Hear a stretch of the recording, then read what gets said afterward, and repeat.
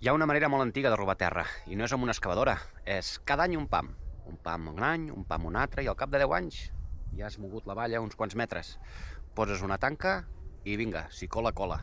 Què passa? Que moltes vegades en finques rústiques el propietari no se n'adona, i si aquest propietari mor i ho hereda el fill ni tan sols sabia on estava el límit. I d'aquesta manera vas guanyant terreny, vas movent fites, vas movent tanques.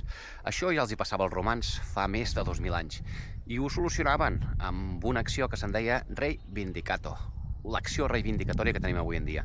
Aquesta setmana m'han entrat dos temes. Sí, això encara passa. En una li han robat 3.000 metres i en l'altra 150 metres. En una li han posat una tanca, rotllo això, i en un altre li han posat un mur amb una paret, bueno, un escàndol. Una fa 20 anys que està feta i l'altra fa 4 o 5 anys. I les dues es poden reclamar, perquè aquesta acció reivindicatòria no prescriu. Prescriu als 30 anys, bueno, de fet no prescriu mai, només prescriu si t'han usucapit la terra, 30 anys.